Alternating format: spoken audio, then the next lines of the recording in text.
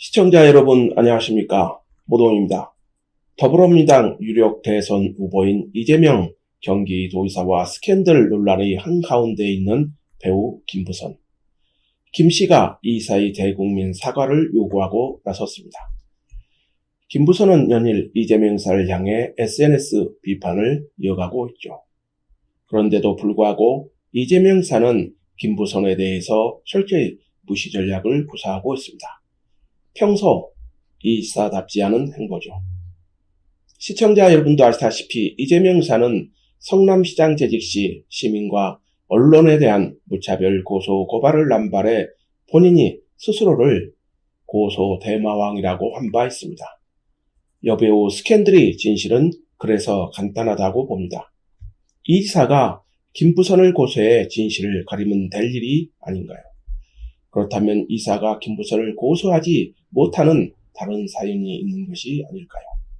힘없는 여성이라서 고소하지 않는 것일까요? 평소에 대한 입에 담을 수 없는 이 지사의 막말은 이를 반증하는 것이 아닐까요? 그래서 궁금합니다. 이 같은 무대용에도 불구하고 김부선은 논란이 되고 있는 여배우 스캔들의 진실을 가리기 위한 행보를 이어가고 있습니다. 김부선은 8일 자신의 페이스북을 통해 이 지사를 직격하고 나섰습니다. 김씨는 이재명은 내 집에서 15개월을 조건 없이 즐겼다면서 이재명 따위에게 금품을 요구한 적은 단 한 차례도 없었다고 했습니다. 이어 비록 당시 은행빚에 이자조차 못 내던 형편임에도 난 이재명의 만남을 요구할 때마다 조건 없이 그를 맞이했다고 했습니다. 그러면서 이렇게 썼습니다. 김씨는 그런 날을 훗날 이재명은 내 딸과 나를 싸잡아 허언증, 광녀, 마약쟁이 프레임을 씌웠다며 이 지사의 법정 소송에 나서게 된 배경을 밝혔습니다.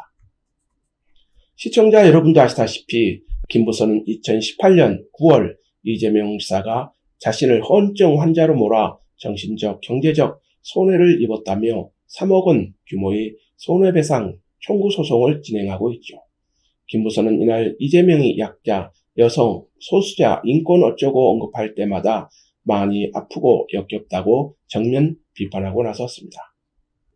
김부선은 대선 행보를 하면서 언론에 노출되는 이 지사의 동정을 보면서 느끼는 감정을 드러낸 것이라고 봅니다.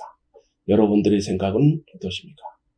그러면서 김부선은 말합니다. 이재명 잘 들어라.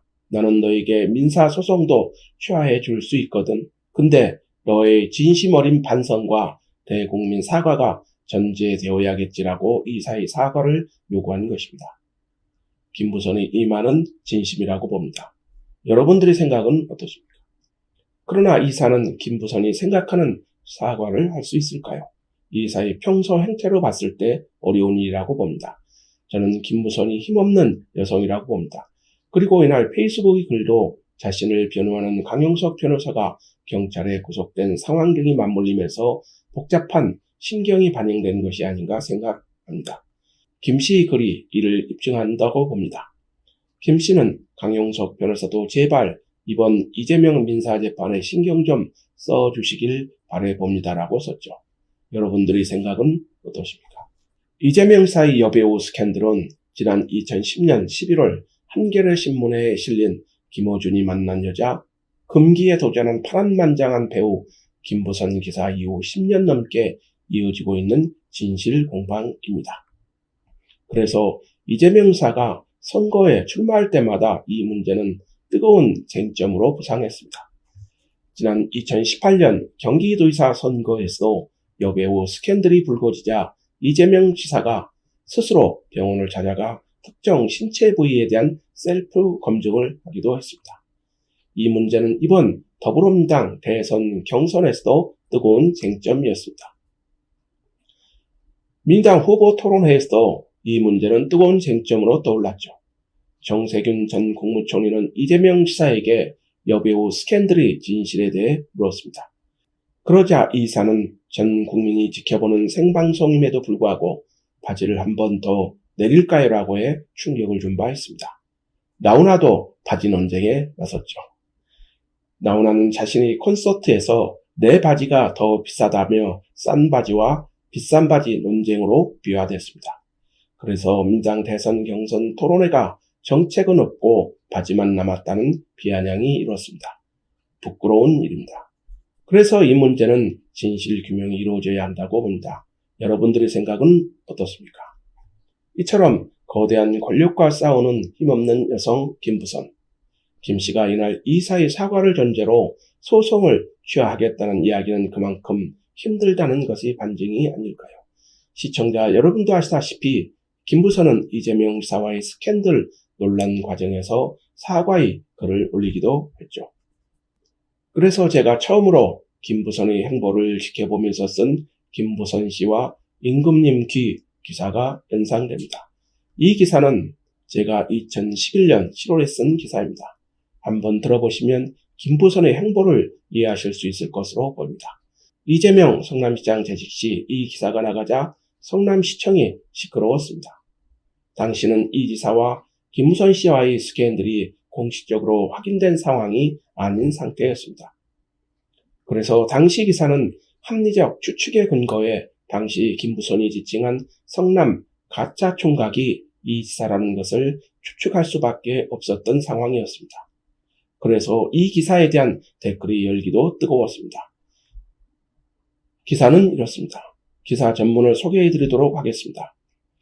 김부선 씨만큼 성남 지역사회에서 관심을 받는 인물도 드물 것입니다.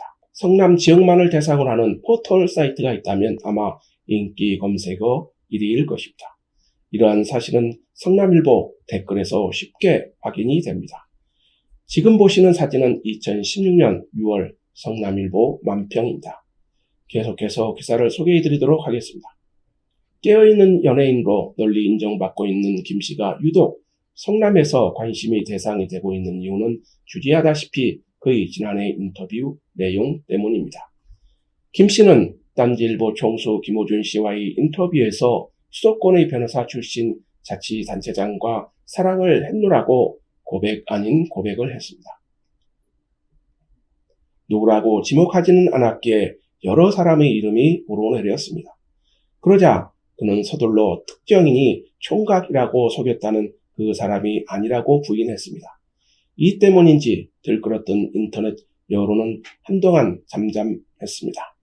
그렇게 그의 폭로는 묻히는가 싶었습니다. 그러다가 다시 그의 폭로가 성남에서 되살아나기 시작했습니다. 왜 그런지 여러 생각이 듭니다. 여러 분석이 가능할 것입니다. 저는 총각이라는 낱말과 임금님 귀는 당나귀라는 이솝구화가 자꾸만 떠오릅니다. 그것 때문에 폭로가 잠들거나 사라지지 않고 되살아나는 게 아닌가 하고 분석해 보는 겁니다. 권력자의 애정 행각은 프랑스처럼 너그러워져야 한다고 생각하는 사람들이 많을 것입니다. 저도 그런 사람 중에 하나입니다. 그러나 사랑을 하면서 상대를 기만했다면 그것은 다른 차원의 문제입니다. 김부선 씨가 절규하면서 내뱉은 총각이란 말은 그 사람이 상대를 실제하게 유린했다는 증언입니다. 이 비인간적, 반인간적 행위 때문에 김 씨 말은 찾아지지 않는 것 같습니다. 아울러 권력자의 가면을 벗겨내고 싶은 보통 사람들의 잠재적 욕구도 크게 작용한다고 봐야 할 것입니다. 보통 사람들은 아마 김 씨의 폭로를 사실이라고 확신하고 있고 그 진실이 어떤 형태로든 밝혀져야 한다고 믿는 것 같습니다. 그렇다고 팩트로 확인하거나 여론조사 형태로 보통 사람들의 심증을 물어볼 수도 없어 답답합니다. 이 답답함 때문에 김 씨의 폭로 내용은 꼬리에 꼬리를 물고 확대 재생산되지 않을까 전망해 봅니다. 세상에는 이렇게 누군가 군부를 지폈는지 알 수 없지만 연기가 몽개 구름처럼 지속적으로 피어나는 일도 덜어 있는가 봅니다. 성남일보 기사 어떻게 들으셨습니까?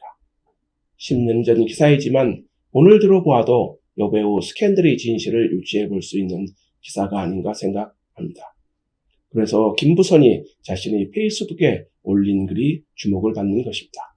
여러분들의 생각은 어떠십니까? 오늘 방송을 마치도록 하겠습니다. 아직 저희 방송 구독하지 않으셨다면 구독 부탁드립니다. 더 좋은 방송으로 보답하겠습니다. 감사합니다.